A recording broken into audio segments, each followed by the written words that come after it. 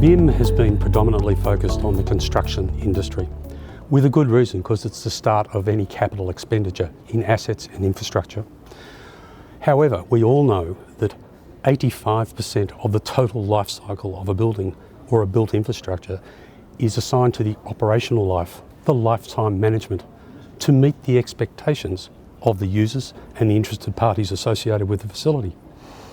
To that end, what we have to become is smarter on how we take the information collected at the front end of a project and use it to start seeing how we in turn can meet the expectations better in terms of output and outcome for the users and the occupiers. Handover occurring between construction to operations, or business as usual, has never been easy and never been smooth. No building generally comes with a forward projection of what its life cycle costs are going to be.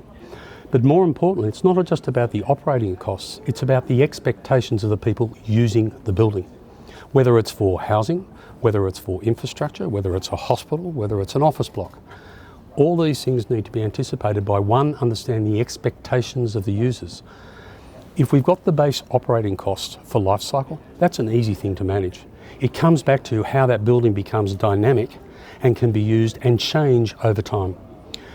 It's very important to understand that buildings change their use over time, as do the expectations of people. Marketplaces become more sophisticated, people have higher expectations. So therefore, the information that we collect has to be based around looking to the future needs and aspirations. It's a matter of collecting the right information. That's the hard part of facilities management. It's about thinking, it's about having a strategy. You only get out of something what you require from it. You need to understand the information required to make the job go better. So in other words, you have to sit and think about what information do I need to measure the success of what this building or this infrastructure is trying to do. We can collect a whole lot of information, but it might not be necessary.